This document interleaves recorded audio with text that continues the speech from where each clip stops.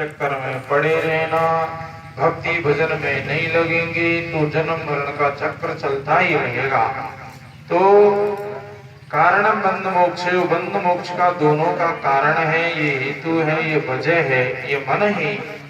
तो बंधा हुआ मन अब अपने अपने मन की अपन परीक्षा कर लेते हैं कि बंधा विषया सप्तम, कि जो मन विषयों में आसक्त है, जो विषय हैं शब्द रूप रसगंध स्पर्श आदि, इनमें जो आसक्त, आसक्त किसे कहते हैं कि उसके बिना रह ना सके। आसक्त किसे कहते हैं कि विषयों में चिपक जाना, विषयों में चिपट जाना, उनके बिना रह नहीं सके, उनका त्याग न कर सके। आसक्ति मैया आसक्त मनः पार्थ योगम यंजन्मदाश्रय असंशयम समग्रम माम यथा ज्ञास्यसि तच्छृणु। 7वें अध्याय में प्रथम श्लोक ये है कि अर्जुन तुम मेरे में आसक्ति वाले हो जाओ, भगवान के मेरे में मन को आसक्त करो, मेरे में ही मन को लगाओ। लेकिन मन तो विषयों के रस में आनंद ले रहा है, जन्म जन्मांतरों से ले रहा है, जन्म जन्मांतरों के आदत पड़ी हुई है, और ऐसे संस्कारों का पुंज इकट्ठा हो रहा है कि ये व्यक्ति उस विषयों को छोड़ना चाहने पर भी थोड़ी बहुत भावना यदा कदा बनती है तो भी उसे छोड़ नहीं पाता है। इतनी मतलब विषयासक्तों की प्रबलता है। क्यों कि कितने अनादिकाल से इन भोगों को भोगता भोगता इतना आसक्त हुआ। यह सत्संग की विलक्षणता, उसका प्रभाव हो, या परमात्मा की असीम कृपा हो, या मनुष्य की बहुत बड़े पुण्य जग जाए। 13वें इंद्रियार्थेषु वैराग्य अहंकारेषु जन्म मृत्यु जरा व्याधि दुख दोषानुदर्शनम। ये ज्ञान का जो है कि कवि स्वरूप है ये कि इंद्रियों के भोगों में, इंद्रियों के अर्थ क्या है, उनके भोग, इंद्रियार्थेषु वैराग्य, इनके इंद्रियों के जो विषय हैं इनसे वैराग्य का होना, और अहंकार, अहंकार से रहित हो जाना कि भाई हम मिथ्या अहम किस बात का करें, है ना, कि अपना तो शरीर ही नहीं है। विवेक विचार दृष्टि से देखते हैं तो फिर ये संसार की वस्तुओं की तो कुछ जिम्मेदारी मिली है ना। किसी के लिए कोई सरकारी भवन में ड्यूटी लग गई तो उसकी थोड़ी है वो, कोई मिल मैनेजर होता है पूरी मिल की रेख देख करता है, संभालता है, तो वो तो यही मानता है कि मैं तो मिल का एक मैनेजर हूँ, सीट तो कोई और ही है। बैंक का कैशियर होता है, लाखों रुपए गिनता है, देता भी है और लाखों रुपए लेता भी है, लेकिन अपना 1 रुपया भी नहीं मानता है। अहंकार नहीं करता कि मैंने आज कई करोड़ रुपए गिने और जमा करे, बिल्कुल नहीं करता। मेरा क्या था, ड्यूटी थी मेरी तो। इसलिए अनहंकारे च जन्म मृत्यु जरा व्याधि दुख दोषानुदर्शनम, इनमें जो है ना दुख का दर्शन करे, ये दुख रूप दिखने लगेंगे तो ये आसक्ति हटेगी कि जन्म ही दुख है, जन्म दुखम, जरा दुखम, छाया दुखम पुनः पुनः अंतकाले च महादुख तस्मात् जागृहि जागृहि। तुम जगो जगो क्या कह रहे हैं कि जन्म दुखम, जन्म लेना ही दुख है। और जरा माने बुढ़ापे में कितने दुख आते हैं, जिनको नहीं आया वे तो मानते हैं कि हमें तो बुढ़ापा आएगा ही नहीं, काहे को दुख है। तो जिनको आ रहा है ना बुढ़ापा, आ चुका है ना, उनकी हालत देख लो कितने परेशानी में है। जन्म मृत्यु, और देखो जब बालक जन्मता है ना 1000 बिच्छू डंक मारते हैं, इतना जब बच्चे को जन्मते समय दुख होता है, इसलिए बेचारा वो रोता भी है। बच्चा जन्मा जब रोया, जन्म और मृत्यु, और जब शरीर छूटता है ना तब तो हालत ही बिगड़ती है। क्यों ज्यादा दुख होता है? मृत्यु मतलब नींद से ज्यादा भयंकर नहीं है, इतनी बुरी नहीं है मृत्यु। फिर दुख क्यों होता है, फिर आदमी भयभीत क्यों होता है, आदमी डरता क्यों है, मृत्यु को देख के रोता क्यों है, उसका देखिए विचार कर लेना आप लोग। इसलिए कि बहुत दिनों से जो बीमार 100 साल का आदमी मर जाए तो कोई रोता है क्या, कोई दुख मानता है क्या? अरे मरियो नहीं हुआ तो जी को तो जी गया। क्यों? उससे कुछ आस नहीं थी, कुछ संभावनाएं नहीं थी कि हमारे ये काम आएगा, कि इससे हमारा मनोरथ पूरा हो जाएगा, इससे हमारा काम बन जाएगा। उल्टा हम लोग तो उसके अटके अड़जे बैठे थे, है ना, उसकी सेवा में परेशानी महसूस कर रहे थे, इसलिए उसके हृदय में तो जी गया। लेकिन जो है जन्म मृत्यु, तो मरने में डर क्यों है? कि व्यक्ति जीना तो चाहता है, अभी और जिए, अभी और संसार को देख लें और भोगों को भोग लें, लेकिन अचानक सूचना आ जाएगी मरना पड़ेगा तो दुख होता है ना। देखो आदमी रोजाना सोता है गहरी नींद में, तो घर वालों को भी पता है, खुद को भी पता है, सो जाता है तो बिल्कुल गहरी नींद में, तब भी एक मृत्यु से होती है, तो दुख क्यों नहीं होता? कि सवेरे जगूंगा, खाट बिस्तर मकान घर परिवार जो की जो मिलेगा, घर वालों को पता है कि सो लेगा तो तंदुरुस्ती आएगी, अच्छे रहेंगे, सोना भी शरीर के स्वास्थ्य के लिए जरूरी है, नहीं सोएंगे तो बीमार हो जाएंगे और पागल हो जाएंगे, सोना चाहिए, तो घर वालों को भी जग जाएगा। लेकिन मृत्यु के कारण क्यों रोते हैं? इसलिए रोते सज्जनों कि अब ये दोबारा जगने वाला नहीं है, काम का है तो हमारे काम को कौन करेगा, कौन हमारे काम संभालेगा, क्या किया जाए? बड़ा हमारा तो काम आ रहा था, स्वार्थ के कारण व्यक्ति को, बाहर परिवार को तो स्वार्थ के कारण दुख होता है, और मरने वाले को दुख होता है कि वो जीना चाह रहा था और भी जीऊं और ये सुख को भोगूं, तो लेकिन जाने के कारण उसको दुख हुआ। नहीं तो होशियार भी जानकर मरते हैं वो लोग, अब उन्हें दुख हो गया तो बहुत भयंकर दुख है, तो मरे ही क्यों? लेकिन वो तो मरने में भी सुख देख रहे थे कि मरते ही मैं सुखी हो जाऊंगा, ऐसा कर सुख करता है आदमी। तो जन्म मृत्यु, जरा माने बुढ़ापा, व्याधि और भी अनेक प्रकार के शरीर व्याधि रोग होते हैं। जरा व्याधि, दुख दोष अनुदर्शन, असक्ता रणवी संगे पुत्रदार गृहादसु, मतलब सारे परिवार से असंगता होनी चाहिए। या तो देखो अपना जो शरीर में हमारी अहम बुद्धि है, मैंने मेरा जो शरीर है ऐसे मान रखा है, तो जिस शरीर के हम साल संभाल रेख देख खाना पीना अपने शरीर को कराते हैं, या तो ऐसा सबको कराओ, तुम्हारे पास तत्व को तो औरत को भी तो वही है, या फिर औरत के शरीर को तुम अपने से अलग मानते हो कि साहब पटवारी जी का शरीर अलग, मेरा अलग, मेरे से क्या लेने देना, मैं तो शरीर से असंग हूँ। तुम उन शरीरों से असंग हो तो असंगता का अनुभव अपने शरीर से भी करो, है ना, तो भी आसक्ति छूट जाएगी। मैं असंग हूँ, मैं तो इसका दृष्टा देख रहा हूँ, मेरा हाथ, मेरा पैर, मेरी आँख, मेरा कान, मेरा मन, मेरी बुद्धि, ऐसा अलग देख रहा है, उसका दृष्टा है, या इसका अनुभव कर लो तो भी आसक्ति छूटेगी। दोनों भाव में से कोई एक जैसे सूत्र बना लो, है ना। तो कहा है ना कि बंधा विषयासक्तम, विषयों में आसक्त नहीं होना चाहिए। विषयासक्तम, मुक्ति की मुक्ति क्या है? कि निर्विषय मन में विषय न रहे, है ना। अब लोग के मन भगता है, मन दौड़ता है, मन भगवान में नहीं लगता है, मन तो बहुत अच्छा है, मन बहुत सयाना समझदार है, ऐसा नौकर तो कभी मिलने वाला नहीं है। तुम जहाँ लगाना चाहते हो वहाँ लग जाता है, लेकिन आप तो झूठ बोलते हैं, बेईमानी सी बातें करते हैं कि जिस चीज को तुम पसंद करते हो ना, जो उसमें तुम्हारी रुचि है, अच्छा लगता है, उसे तुम याद करते हो, जान करके विचार मन उसी में लग जाता है ना। जहाँ हमारी प्रियता है, जिसमें हमारी सुख बुद्धि है, जिसमें हमारा अपनापन है, उसी की मन याद करता है। तो अब विषयों में ज्यादा सुख बुद्धि मानते हैं, है ना, सुख देखते हैं तो उनका चिंतन करता है, उनमें लगा रहता है। यदि उनमें दो दर्शन हो जाए तो देखो भरतरी जी की सबसे अधिक प्रियता उनकी रानी पिंगला में थी, उससे ज्यादा अपना नजदीक किसी को नहीं मानता था, उससे जितना सुख है उसको और किसी में नहीं मानता था, है ना। रानी के कारण तो अपने सगे माझे भाई का भी देश निकाला दे दिया था, लेकिन ये भ्रम ही तो था उसका, यही तो अज्ञान था आदमी का। ऐसे तो हमें भ्रम ही तो हो रहा है लेकिन कईयों का भ्रम तो सत्संग सुनकर निकलता है और कईयों का विवेक से निकलता है, लेकिन कईयों का विवेक से नहीं निकले, है ना, तो मर्यादित भोगों से भी नहीं निकलता है।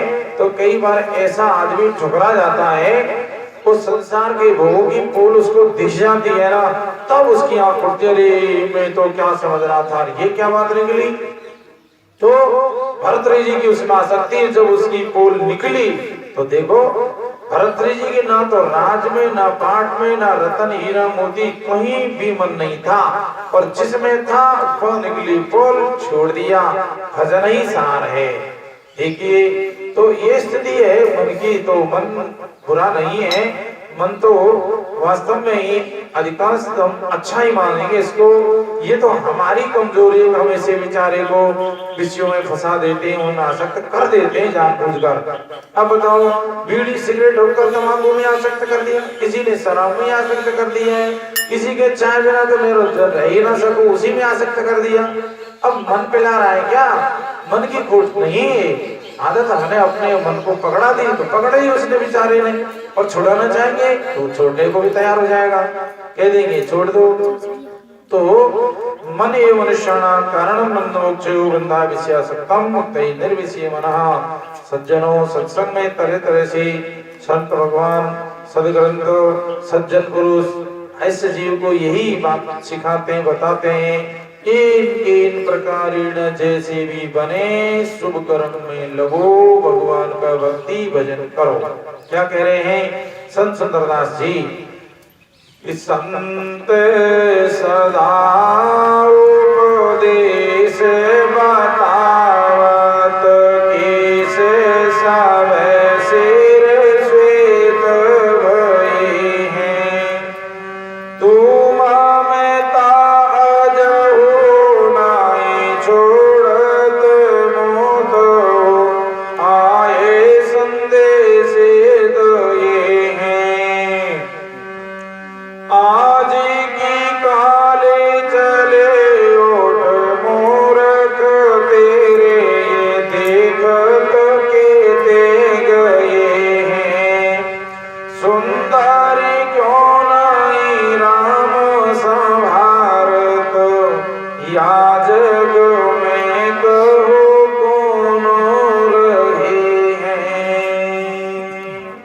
संत सना उपदेश सुना रहे हैं, प्रवचन सुना रहे हैं, क्या कि भैया अब जो है चलो यूं मान लो कि एक चार आश्रम, चार अवस्था होती है, ब्रह्मचारी, गृहस्थ, वानप्रस्थ और संन्यास।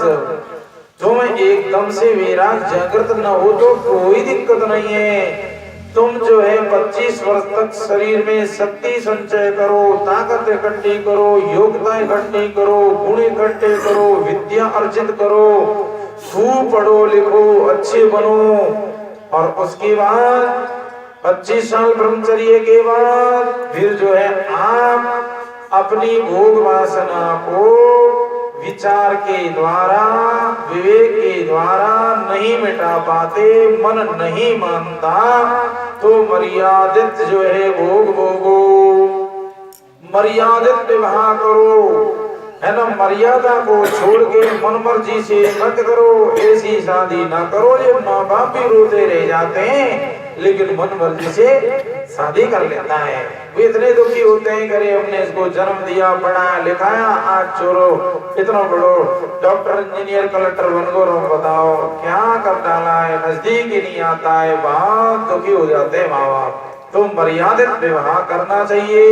फिर 25 वर्ष तक जो है विवेक विचार रखते हुए जीव ग्रस्त में रहना है। ये नहीं कि ग्रस्त में रहे, जब सत्संग धर्म पंडित ने खूंटी कटा के दो, फिर भी वो भी करते चलो, ग्रस्त में भी रहो और सत्संग भी करो, शुभ कर्म में भी रहो, और फिर विवेक विचार रखो।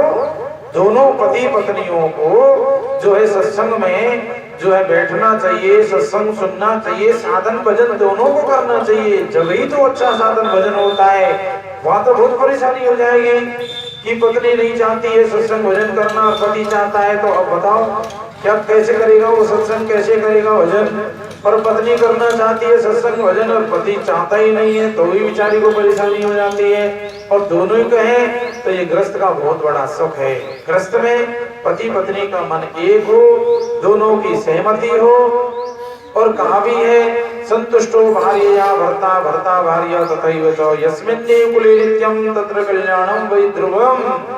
गृहस्थ में रहने की कला है कि स्त्री अपने पति को प्रसन्न रखे, उसके मन के अनुरूप काम करे और ये सोचे कि मैं मेरे माता पिता भाई बंधु कुटुंब परिवार को छोड़कर पति के घर में आई हूँ, पति के पीछे आई हूँ, तो पति को तो राजी रखूं, इसे तो खुश रखूं। और यही एक राजी नहीं रहा तो बाबा भाई बंधु कुटुंब तो छूट ही गए और यह और नाराज रही तो अब मेरा और आधार क्या है, तो सुखी होगी कैसे फिर, है ना। तो पति प्रसन्न रखे, फिर पति का भी भाव होना चाहिए, ओहो मेरे लिए अपना काम घर परिवार सब छोड़ मेरे घर में आइए, है ना, और अपनी सेवा करती है, घर संभालती है, तो मेरे घर में ये दुख नहीं पानी चाहिए, इसको परेशानी नहीं आनी चाहिए। मैं देश प्रदेश कमा के ले आऊंगा, इसको घर ही जो है अपनी पूरी सुख सुविधा जुटाऊंगा इसके लिए, पर मैं परेशान रह किसी नहीं होने दूंगा। अब बताओ दुख आएगा किस गली से। पत्नी तो सोचती है पति को ही सुख दें, इसकी सेवा कर लें, और पति सोचे इसको परेशानी न होए लो, और पत्नी तो कहेगा मैं को जैसा कर, और पति कहे तेरा कहो कहे करो मैं को जैसे कर। अब लो अब वहाँ घर में तो कितना क्लेश हो गया, वहाँ के दुख कौन बचाओ, भगवान समझा ही सके कि ऐसे मत करो झगड़ो, ऐसे मन मत बनाओ, है ना। तो ये बात है, ये ग्रस्त में इतनी बड़ी बात है। ग्रस्त में भगवान राम रहे, बुरा ग्रस्त होता तो राम जी शादी क्यों करते, कृष्ण जी क्यों करते, अत्रि मुनि कर्दम वशिष्ठ, है ना, गौतम, इतने सब ऋषि मुनि ने किया और फिर भी देखो धर्म पालन किया। ऐसे ऋषि मुनि आज भी उनका नाम लेते हैं, लेकिन गृहस्थी के लिए क्या कहा है, सानंदम सदनम सुतास्य सुधया कांता प्रिया वादनी आतिथ्यम शिव पूजनम प्रतिदिनम मिष्ठान्न पाने ग्रहम साधु संगमुपाश्रते च सततम धन्यो गृहस्थ आश्रमः। धन्य है वे गृहस्थाश्रम। कौन सो गृहस्थाश्रम धन्य है, कौन सा गृहस्थी सुखी है कि सानंदम सदनम, आनंद पूर्वक रहने के लिए जिसके पास घर है। अब घर तो है ही नहीं है, रात भर छप्पर में बैठे रहे, पानी टपकता रहा, नींद हाथ ले नहीं सके, बिस्तर और बीत गए, के गृहस्थी बहुत बड़ा है गृहस्थी। तो सानंदम सदनम सुतास्त सुधया कांता प्रिया वादनीम, जिस गृहस्थी की पत्नी प्रिय वाणी बोलने वाली हो और जिसके बेटा और बेटी दोनों आज्ञाकारी हो तो इसको रह सकता है। बेटा बेटी आज्ञा में नहीं चलते तो गृहस्थी सुखी है क्या, उस गृहस्थ को सुख है कहीं, कल्पना नहीं कर सकता है कि ना तो कहना बेटा मानता न बेटी मानती, और प्रिय वाणी बोलने वाली पत्नी, लेकिन पत्नी हाथ खोटे वचन सुनाने वाली है, तो वह गृहस्थी कितना बड़ा कहोगे उसे, कैसे सुखी कहोगे, कैसे उसकी मौज कहोगे, नहीं कह सकते। वो तो घर में रहते हुए बेचारा नरक भोग रहा है ना। कांता प्रिया माधुरी, वह गृहस्थी ही धन्य है जिसका ऐसा घर परिवार है। फिर आतिथ्यम शिव पूजनम प्रतिदिनम, जिसके घर में अतिथि आएगी, अतिथि की सेवा सत्कार हो, सबका मन हो, कोई आ जाए तो देखकर खुश होना चाहिए, प्रसन्न होना चाहिए। अतिथि भगवान आए, है ना, अच्छा पानी की सेवा जरूरत है तो पानी पिलाइए, भोजन की बात है तो भोजन कराना, है ना, उसका सत्कार करना चाहिए। आतिथ्यम शिव पूजनम, भगवान शिव की पूजा, गृहस्थ को भगवान की भक्ति पूजा अवश्य करनी चाहिए, वही गृहस्थी धन्य है। और सारे डांट बांट और भगवान की यदि भक्ति पूजा नहीं ना तो फिर सब काम फेल है, सब काम अधूरा है। फिर तो सुंदरदास जी ने ऐसा कहा है कि बुद्धि बड़ी चतुराई बड़ी, मन में ममता अतिशय लिपटी है। मान बड़ो धनवान बड़ो, करतूत बड़ी जग में प्रगटी है। गज बाजे द्वार मनुष्य हजार, पे इंद्र समान से कौन घटी है। सो सब विष्णु की भक्ति बिना, मानो सुंदर नारी की नाक कटी है। कोई गृहस्थी हो, कोई व्यक्ति हो, बहुत बड़ी बुद्धि चतुराई मान सम्मान वाई की जय जयकार दुनिया में हो रही हो, इंद्र समान जिसका वैभव हो, यूं कहें इंद्र समान से कौन घटिए। विश्व द्वार पर हाथी घोड़े सेना फौज पलटन सब उसी की मुट्ठी में है, लेकिन सो सब विष्णु की भक्ति बिना, यदि वो शिव भक्ति नहीं विष्णु की भक्ति नहीं, तो मानो सुंदर नारी की नाक कटी है। कोई सुंदर नारी हो नाक कट गई हो तो वह की सुंदरता सब लुप्त हो जाती है, बहुत बुरी लगती है, कुरूपा हो जाती है, ऐसे उसका जीवन हो जाता है। तो आदित्यम से पूजनम प्रतिदिन, ये नहीं 11 से 11 से व्रत कर लेंगे पूजो पूजो कर लियो, प्रतिदिन मिष्ठान्न पाने ग्रहम, शुद्ध पवित्रता से भोजन करना चाहिए। और साधो संग मुपाश्रते च सततम, धन्यो ग्रस्त आश्रम। साधो संग मुपाश्रते मतलब साधु संग सत्संग सदा करते रहना चाहिए। तो ऐसा जो गृहस्थी, ये जो इसमें गुण है, ये वस्तु जिस गृहस्थी के घर में, तो धन्य है वह गृहस्थी। कितना अच्छा गृहस्थी है, कितना सुख है उस गृहस्थी को, ये बहुत अच्छा है। तो ब्रह्मचारी गृहस्थ अब ऐसे जीवन जिएगा तो बुढ़ापे में तो विषयों से वैराग्य हो ही जाएगा। क्यों मर्यादित भोग भोगे थे, विचार के साथ में भोगे थे, समझबूझ से भोगे थे, इसलिए भोगे रे मन, तू विचार से विवेक से नहीं माना, तो अब तो भोग करके देख लो, है ना, इनमें कितना सार है। और वही भोग की पूर्ति करना चाहे तो जिंदगी भर आप अग्नि में घी की आहुतियां देते जाओ तो अग्नि हजारों साल तक बुझेगी नहीं। दिन रात नदी समुद्र में जाती है लेकिन समुद्र कभी भरता नहीं। यमराज के यहाँ रोजीना कितने जीव मर के जा रहे, पर यमराज मारता रुकता नहीं है कि भैया यम लोग भर गया, मारना बंद करो, यमदूतों मतलब जीवों को यहाँ भर गया यमपुरी। तो ऐसे ही मन में जो विषयों को भोग करके हम पूरी करना चाहेंगे ना, तो इधर जन्म जन्म बीत गए कभी पूरे नहीं होते, विचार से ये मिटते हैं, है ना। तो साधु संगमुपाश्रिते च सततम, धन्यो गृहस्थ, गृहस्थी धन्य। फिर वो वानप्रस्थ में प्रवेश करना चाहिए। वानप्रस्थ 25, 50, 51 के बाद वन करो गमन, मन वानप्रस्थ क्या होता है, पति पत्नी दोनों किसी साधन परायण हुए, अपने गृहस्थी के कारोबार को बच्चों को संभला देना चाहिए, कलम पूंजी भी उनको दे दिए, ज्यादा समय सत्संग सेवा साधन भजन में बिताना चाहिए। और नहीं तो कितना भी धनमाल वैभव हो सज्जनों, इनसे ना सुख किसी को हुआ और न होगा। यदि ऐसी हमारी मान्यता है तो ये हमारी भूल है, हमारा भ्रम है, ये हमारा अंधकार है ना। और जहाँ ग्रंथों को देखते हैं, अरे गोकर्ण अपने पिता आत्मदेव को समझ आता है, पिता इतना रोया था संतान के लिए, लेकिन वहां ने जो सुख समझा वो बिल्कुल विपरीत दिखाई दिया उसको। फिर पुत्र ने समझाया उसको कि पिताजी अब तुमको क्या करना चाहिए, तुम कर क्या रहे हो, क्यों दुखी हो रहे हो, धंधकारी तुम्हें इतना परेशान करता है, तो आपका अब ये उम्र ये इसमें जो है ना दफाने के लिए नहीं है, तो उनकी धर्म में प्रवृत्ति करवाई, भजन ध्यान सुमरण करो, छोड़ो ये सब अपना जो है सिर का बोझा हटाओ। तो सज्जनों, वानप्रस्थ का मतलब वही खानस सोई सोचन जोगु, तप बिहाय जी भावी भोगु। वह वानप्रस्थ सोचनीय निंदनीय कि तपस्या साधन भजन को छोड़कर भोगों में आसक्त हो रहा है। फिर चौथे नंबर आता है ये ऐसे मतलब क्रम से।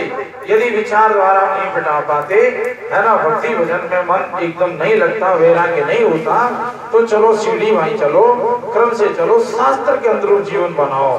शास्त्र के अनुसार अपन जीवन बनाएंगे, दिनचर्या बनाएंगे, तो निश्चित हमारा कल्याण होगा, भगवत प्राप्ति हमें होगी, जरूर हो जाएगी। ऐसा हमारे शास्त्रों का जो है कहना है। बोलो सद्गुरुदेव भगवान।